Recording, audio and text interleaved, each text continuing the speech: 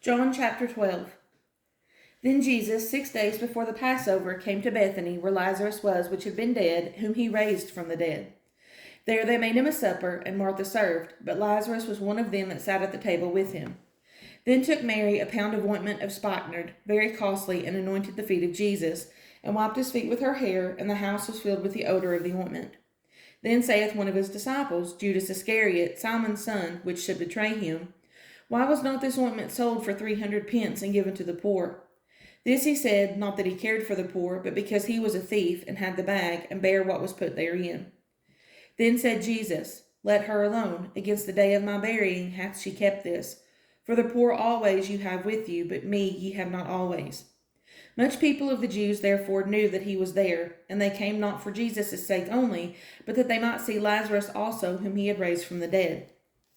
But the chief priests consulted that they might put Lazarus also to death, because that by reason of him many of the Jews went away and believed on Jesus. On the next day, much people that were come to the feast, when they heard that Jesus was coming to Jerusalem, took branches of palm trees and went forth to meet him, and cried, Hosanna, blessed is the King of Israel that cometh in the name of the Lord. And Jesus, when he had found a young ass, sat thereon, as it is written, Fear not, daughter of Sion, behold, thy king cometh, sitting on an ass's colt. These things understood not his disciples at the first, but when Jesus was glorified, then remembered they that these things were written of him, and that they had done these things unto him. The people therefore that was with him when he called Lazarus out of his grave, and raised him from the dead, bear record. For this cause the people also met him, for that they heard that he had done this miracle. The Pharisees therefore said among themselves, Perceive ye how ye prevail nothing? Behold, the world is gone after him. And there were certain Greeks among them that came up to worship at the feast. The same came therefore to Philip, which was of Bethsaida of Galilee, and desired him, saying, Sir, we would see Jesus. Philip cometh and telleth Andrew, and again Andrew and Philip tell Jesus. And Jesus answered them, saying, The hour is come that the Son of Man should be glorified.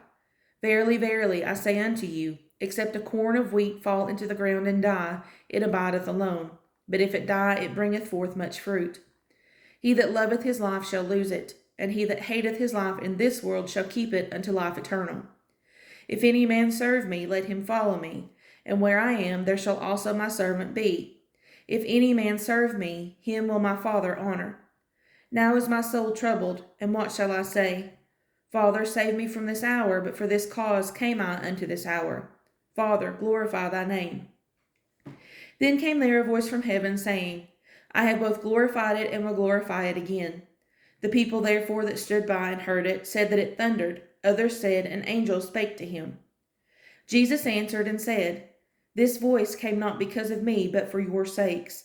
Now is the judgment of this world. Now shall the prince of this world be cast out. And I, if I be lifted up from the earth, will draw all men unto me.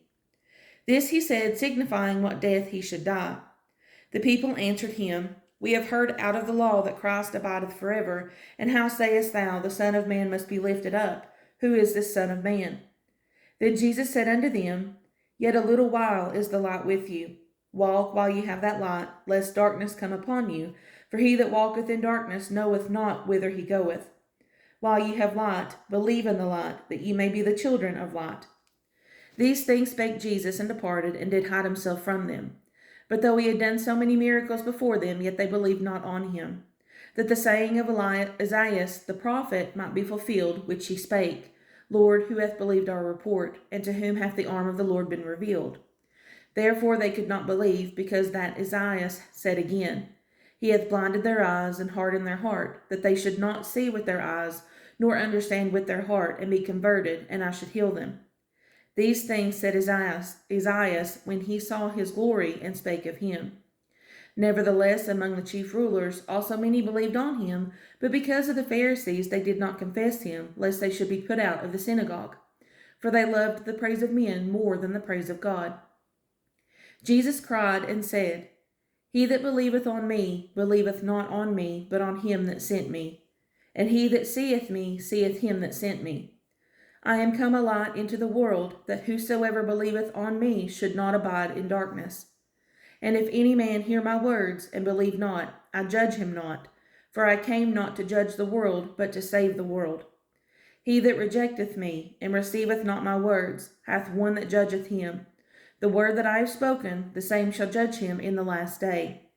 For I have not spoken of myself, but the Father which sent me. He gave me a commandment which I should say, and what I should speak.